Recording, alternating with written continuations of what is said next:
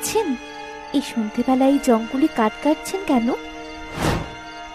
আপনি আপনি কে? আর এই জঙ্গলের ভেতরে কি করছেন? আমি এই জঙ্গলের এক কাঠুরিয়ার মেয়ে। এই সামান্য দূরেই আমাদের বাড়ি। বাবা এখনো বাড়ি ফেরেনি বলে কাঠ কাটার আওয়াজ শুনে তাকে খুঁজতে এসেছি। ও, আমি তো ভয় পেয়ে গিয়েছিলাম, ভেবেছিলাম কোনো ভূত পেত এলো নাকি। তা আপনি একা একা সন্ধ্যার পর জঙ্গলে আসতে ভয় পান না? না, আমি ভয় পাই না।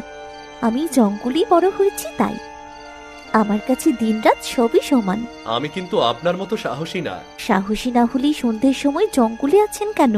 দিন থাকতে চলে যেতে পারেননি? চলেই যেতাম, কিন্তু বাড়িতে মা অসুস্থ হয়ে আছে, তার জন্য ওষুধ কিনতে হবে। তাই একটু বেশি করে কাঠ কাটতে চেয়েছিলাম, তার জন্যই সন্ধ্যা হয়ে গেছে। ঠিক আছে, আপনি আজ এই কাঠগুলো নিয়ে চলে যান। কাল আবার এই সময় আসবেন। আমি আপনার মায়ের চিকিৎসার জন্য সাহায্য করব। না না, আপনার সাহায্য লাগবে না। আপনিও তো আমাদের মতো কাঠুরিয়া পরিবারের মেয়ে, আপনার অবস্থাও তো আমাদের চেয়ে ভালো হওয়ার কথা না? আপনি হয়তো জানেন না, এই জঙ্গলে অনেক দামি দামি গাছ আছে, যেগুলো শুধু আমরাই চিনি। যে কারণে আমরা কাঠুরে হলেও আমাদের অর্থের অভাব নেই। আপনি দ্বিধা না করে কাল আমার সাথে দেখা করবেন। ঠিক আছে, আসবো। তাহলে এখন আমি যাই। হ্যাঁ, যান।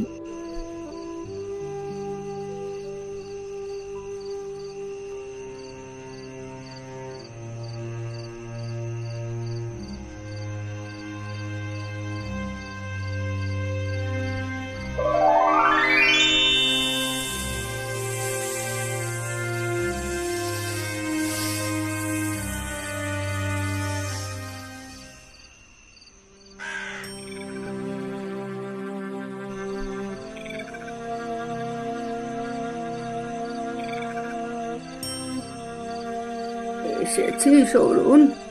হ্যাঁ মা, এসেছি। কিন্তু তুমি বাইরে কেন? তোমার শরীর ঠিক আছে তো?